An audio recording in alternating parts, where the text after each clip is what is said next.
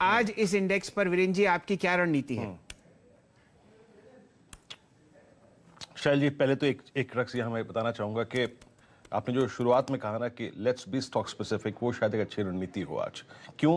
क्योंकि जो आपने 3 सेक्टर्स का चुनाव किया, मेटल्स, आईटी और चुनिंदा सीमेंट, वहां यकीनन अगर आप कैंडलस्टिक्स को देखें, ऑप्शंस के आंकड़ों को देखें, ओआई के बिहेवियर को देखें, तो वो ज्यादा क्लियर है, स्पष्ट है और अच्छे स्विंग दे रहा है।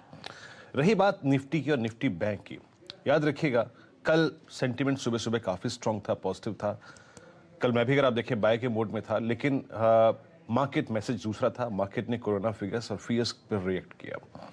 कल याद रखिएगा क्या हुआ, निफ्टी और निफ्टी बैंक के चार्ट स्क्रीन पे लेके आइएगा।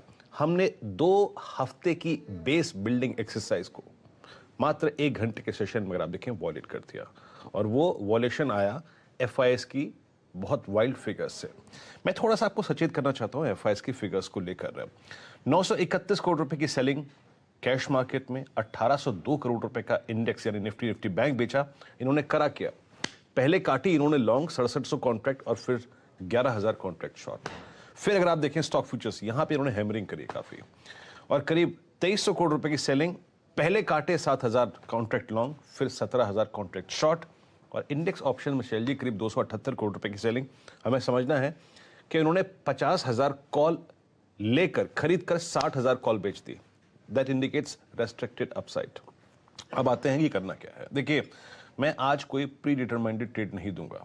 सबसे बड़ी कल कॉल राइटिंग हुई है 14,700 की स्ट्राइक पे और 14,800 की स्ट्राइक पे। 800 की स्ट्राइक पे तो बहुत बड़ी कॉल राइटिंग हुई है कल के सेशन में। 34 लाख अगर आप देखें आउटस्टैंडिंग हुई और 24 लाख का इंट्राडे शॉर्टिंग थी। तो करना क्या चाहिए? देखिए, एफआईएस ने बेची है 14,800 की कॉल, तो मैं आज वेट करूंगा शैल जी किसी भी लॉन्ग और शॉर्ट ट्रेड के लिए। जैसे शुक्रवार को मैंने ऑप्शन पिक किया था ड्यूरिंग द डे, मैं आज during the day option pick करूंगा। ऊपर बेस क्या है, रेजिस्टेंस क्या है, आपकी स्क्रीन पर आएगा, नोट कर लीजिए।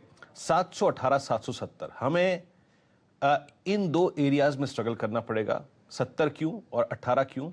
क्योंकि ये वही जोन है जहां पर कॉल राइटर्स विजिबल हैं और जहां पे कुछ एवरेजेस आते हैं, और उसके बाद 823 और 856। लेकिन याद रखिएगा, अगर हमें थोड़ा सा स्ट्रांग होना है और इस ग्लोबल सेंटीमेंट के साथ साथ अपने आप को चलाना है, तो हमको 640 यानी 50 डे एक्सपोनेंशियल मूविंग एवरेज और 720 के जोन को रीगेन करना पड़ेगा। तो 640 और 720 के ऊपर शैल जी लॉन्ग का मन बनाऊंगा और उस वक्त कॉल पिक करूंगा। और अगर हम 640 के नीचे स्टेबल होते हैं और वहीं रहते हैं, तो आई थिंक वीकनेस क्रीपिंग होगी, और उसके बाद पुट ऑप्शंस की बात करेंगे शैल जी। चलिए, शुभ सोचिए तो शुभ होगा ही।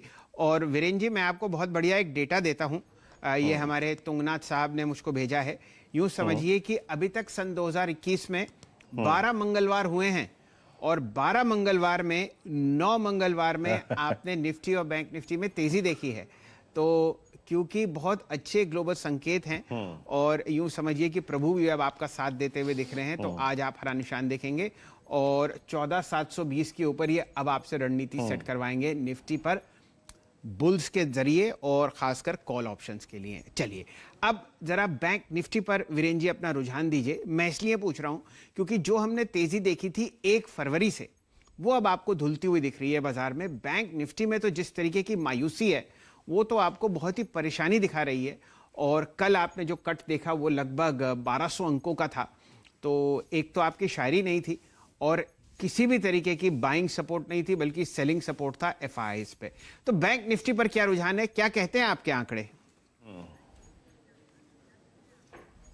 शैल जी, बैंक निफ्टी याद रखिएगा शुक्रवार को जब क्लोजिंग देके जा रहा था तो बहुत अच्छा प्राइस बिहेवियर था। 50 डीएमए को रीगेन करने की कोशिश कर रहा था। अब याद होगा उस वक्त हमने कॉल ट्रेड की थी 33,800 की। कल इसके अगेंस्ट ही चला गया, और इसने लगभग समझ लीजिए शैल जी कि 18 मार्च को ये 50 डीएमए के नीचे आया था। 18 मार्च से लेके कल तक की जो यानी शुक्रवार तक की जो बेस बिल्डिंग एक्सरसाइज हुई थी, इसने उसको वॉलेट कर दिया।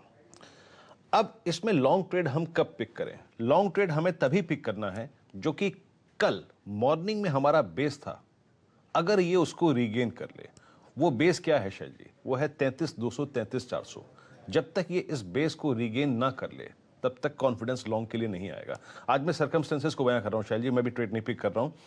और एक और चीज, कल का लो और साथ ही साथ 25 मार्च का लो सिमिलर है, और वो है करीब 32,300 और उससे थोड़ा सा ठीक नीचे 32,000 पे आता है आपका 100 डे एक्सपोनेंशियल मूविंग एवरेज। तो याद रखिएगा, अगर आप शॉर्ट भी जाएं तो 32,200 एक बहुत स्ट्रॉन्ग सपोर्ट जोन है, लेकिन लॉन्ग तभी करना है जब 33,200 33,400 के ऊपर ट्रेवल होने लगे। उस वक्त हम अगेन 33,500 या 33,800 की कॉल पे काम करेंगे, लेकिन टिल द टाइम 33,200 और 33,000 के नीचे रहता है शैल जी, तो ट्रेडिंग जोन होगा 32,200 और 33,000 का।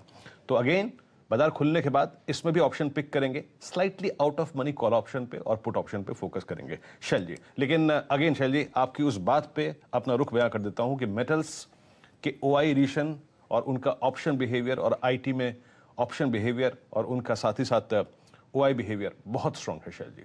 चलिए, तो ध्यान दीजिए सेक्टर स्पेसिफिक, मेटल्स, उसके बाद आईटी, उसके बाद सीमेंट और उसके बाद फार्मा। ये 4 सेक्टर हैं जो आपको लॉन्ग साइड पर चलते हुए दिख रहे हैं, और यहाँ पर हम आपको एक से एक बेहतरीन ट्रेड्स पकड़वाएंगे अपने टेक्निकल और फंडामेंटल पैनल से, जिसके साथ अब हम आपको जुड़ते हुए दिखेंगे। डायरेक्टर साहब, लाइए हमारी पूरी फौज और देखते हैं किस तरीके की तैयारी आज हम